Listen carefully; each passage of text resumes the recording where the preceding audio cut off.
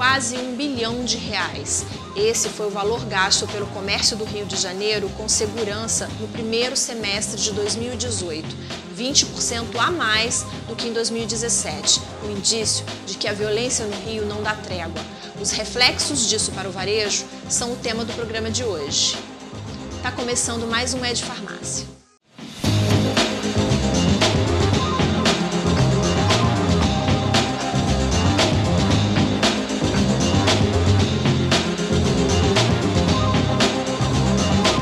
Olá, a gente está começando mais um É de Farmácia e a pauta de hoje é insegurança no Rio. Mas antes, não se esqueça, eu sempre gosto de dar aquele recado, inscreva-se no nosso canal e clique no sininho para receber todas as notificações dos novos programas. E para falar sobre o problema da insegurança no Rio de Janeiro, a gente convidou o Aldo Gonçalves, que é presidente do Clube de Diretores Lojistas do Rio de Janeiro, CDL Rio, e do Sind Lojas Rio. Aldo, muito obrigada pela sua presença. Sou eu que agradeço, para mim também é uma honra e um prazer estar aqui com vocês. Pena que o assunto não é muito bom. A gente vai falar hoje sobre insegurança no Rio. O Centro de Estudos do CDL Rio fez uma pesquisa recente e descobriu que no primeiro semestre de 2017, o comércio varejista gastou 900 milhões com segurança, um número altíssimo, inclusive 20% a mais que em 2017. Então, a minha primeira pergunta é sobre esse gasto elevadíssimo, né? Em que o varejo gastou 900, com que o varejo gastou 900 milhões de reais, Aldo? Bom, em números redondos, o gastou mais e consumiu mais recursos foi exatamente a contratação de segurança particular, segurança privada, vigilante, que foi da ordem de 610 milhões. Em segundo lugar, o item que também gastou muito foi a compra de instalação de equipamentos eletrônicos, como câmera, alarme, foi 250 milhões. E por último também, cerca de 60 milhões, se não me engano, com gradeamento, com reforço de porta, com a parte mais pesada, digamos assim, de reforço mesmo. Que ficou um total de cerca de 900 milhões. O que a gente lamenta é que são recursos que não é um investimento, que poderiam ter sido usados, empregados em outras atividades. Por exemplo, abrir uma nova loja, uma filial, o que gera mais emprego, gera mais impostos também, treinamento de pessoal, modernização da própria empresa, do próprio comércio. Quer dizer, tudo isso seria um investimento que teria um retorno econômico, um retorno social. Já essa soma, que é bastante vultosa, digamos assim, quase R$ 1 bilhão, não tem retorno. É um dinheiro que não é um investimento, é um gasto.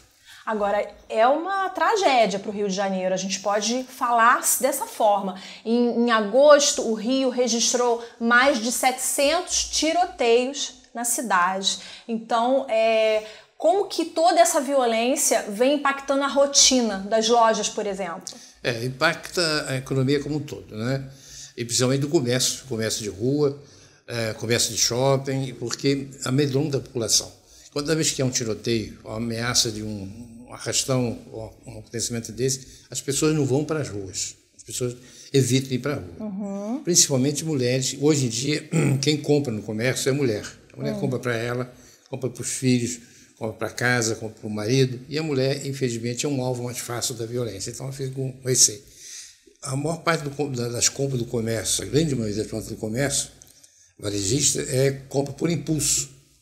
E se a pessoa está com vontade de comprar um vestido hoje, não vai, aí acontece um tiroteio qualquer desse, não vai comprar hoje, no dia seguinte já não tem mais a mesma vontade, você perde a vontade. Então você não recupera aquela venda. Só no caso de uma primeiríssima necessidade que as pessoas vão comprar no dia seguinte. Então, a questão da violência é um dos grandes problemas atualmente no Rio de Janeiro. Uma das causas do fechamento das lojas. Agora, essa pesquisa mostrou algum número sobre quanto que o varejo vem perdendo com essa insegurança nas ruas? É muito difícil a gente dimensionar isso quando a gente vê. Mas os números do resultado têm sido sistematicamente negativos em 2017, em 2018, parcialmente devido... Eu tenho até um dado aqui que os dados mostraram que as vendas caíram 5% em julho em comparação ao mesmo período de 2017. Foi o 7º mês negativo. Isso tem a ver com violência, crise? Como que o senhor analisa esse índice? Isso quer dizer, é difícil a gente dizer que foi qual o percentual devido à violência. Quer dizer, o país está vivendo uma crise, né? Crise econômica séria, e principalmente o Rio de Janeiro, né? E um dos fatores que está afetando muito o comércio justamente é a questão da falta de segurança. Não seja o único, né? Mas o Rio de Janeiro, por exemplo, está vivendo um período muito difícil, né? O restante do Brasil já há uma tendência de melhora, mas o Rio de Janeiro é um ponto fora da curva. Nós temos vários problemas, temos funcionalismo público que não está recebendo com atraso. Nós temos isso impacta também, né? Nas vendas. Quem não tem dinheiro, quem não está recebendo, não pode comprar, não pode consumir. É o caso do desemprego, que é o maior do país também. Então, as pessoas que não têm trabalho, não têm emprego, não podem consumir. Teve a questão também da crise da Petrobras, que afetou muito mais o estado do Rio de Janeiro, que uma série de empresas subsidiárias da Petrobras tiveram seus contratos rescindidos ou não estão recebendo. Isso afetou a economia do estado. Tem a questão da desordem urbana, que também é muito grave no Rio de Janeiro, que está junto com a violência. A desordem urbana junto com a desordem. A gente caminha pelo centro do Rio de Janeiro e tem essa sensação de que não existe regras, leis, que as pessoas fazem o que querem. A gente percebe que a informalidade vem crescendo muito, principalmente aqui no centro do Rio de Janeiro. Isso impacta bastante, não impacta? Impacta enormemente. O centro é mais visível, mas você anda mesmo em Copacabana, na Zona Sul, e principalmente na Zona Oeste, em Campo Grande, em Bangu, você não consegue entrar nas lojas, está o acúmulo de camelôs. E com isso vem também o roubo de carga, roubo de mercadoria, né? Porque maior parte, não digo todos, mas a maior parte dessas mercadorias que são vendidas no comércio informal são roubadas ou contrabandeadas. E tem uma ligação, então, com o banditismo, com a violência, com tudo isso. Então, é uma desordem urbana. O furto de cargas, ele tem crescido? Ele estabilizou depois dessas algumas medidas, inclusive com essa intervenção federal, ou uma estabilidade, mas ainda continua. Né? Inclusive, no segmento de vocês, de medicamentos, de farmácia, é uma ameaça constante. Sim. Agora, como que o varejista tem lidado com a informalidade, por exemplo? Ele tem buscado algum tipo de solução, alguma alternativa? O próprio CDL dá alguma dica, alguma orientação? Com a informalidade é difícil. Nós tivemos várias reuniões, tratativas com a municipal, né, com a Prefeitura do Rio de Janeiro. Infelizmente foram infrutíferas, né? Tivemos reuniões em que não houve uma sensibilidade nem de bom acolhimento da parte da prefeitura, que de certa maneira, não digo estimula, mas deixa muito solto isso. Então é algo que nos prejudica e nos preocupa muito o comércio. Inclusive algumas empresas estão saindo do Rio por causa disso, por causa da desordem urbana, por causa desse problema dos camelôs. A questão da insegurança, a gente vem observando nos últimos anos que muitas farmácias mudaram a rotina delas, né? Por exemplo, deixaram de funcionar 24 horas. A gente percebe que hoje muitas farmácias que ficavam de portas abertas até tarde não estão mais fazendo isso, né? E, claro, não só farmácia e drogaria, mas outros segmentos da economia também vêm sofrendo os efeitos dessa insegurança no Rio. A gente vai ter agora uma mudança de governo. O CDL Rio e o Sindilojas apresentaram propostas para os candidatos ao governo do Rio de Janeiro?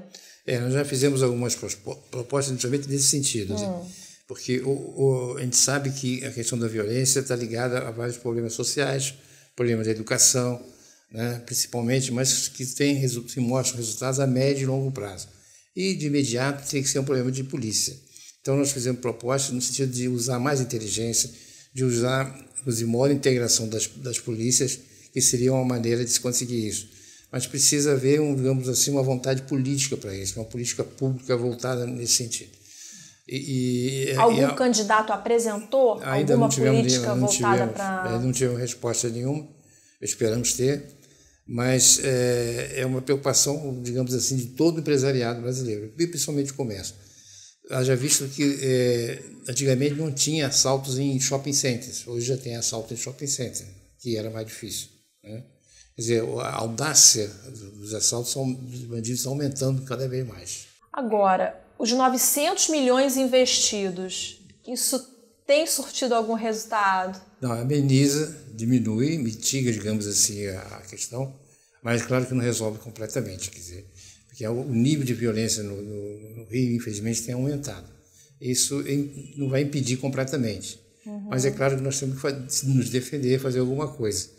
Como eu disse, isso é pena porque é um recurso que está sendo jogado fora, digamos assim, não é no investimento. Mas ameniza, só pode amenizar.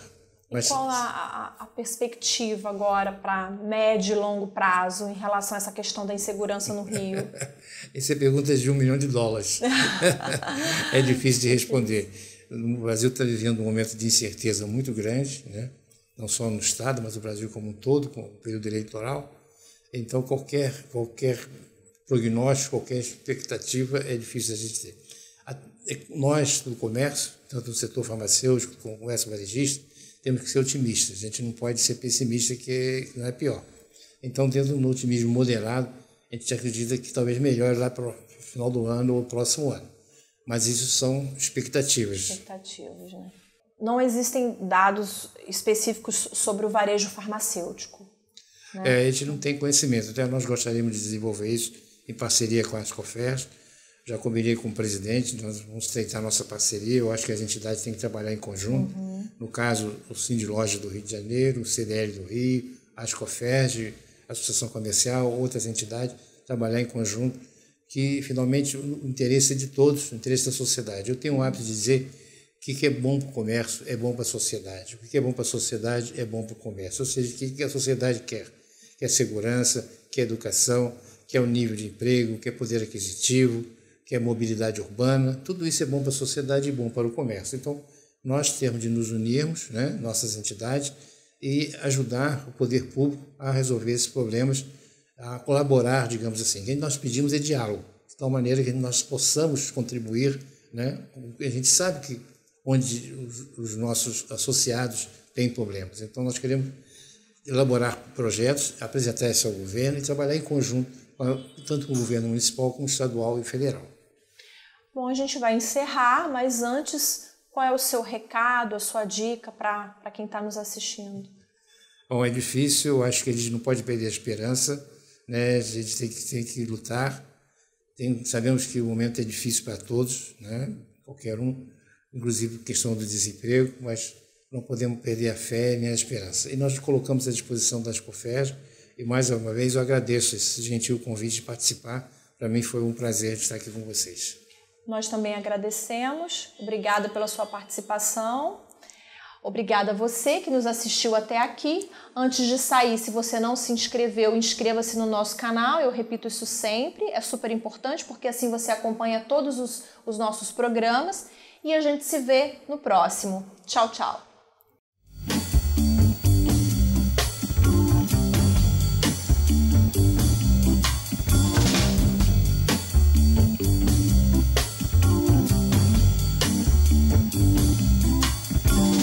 Raindrops fall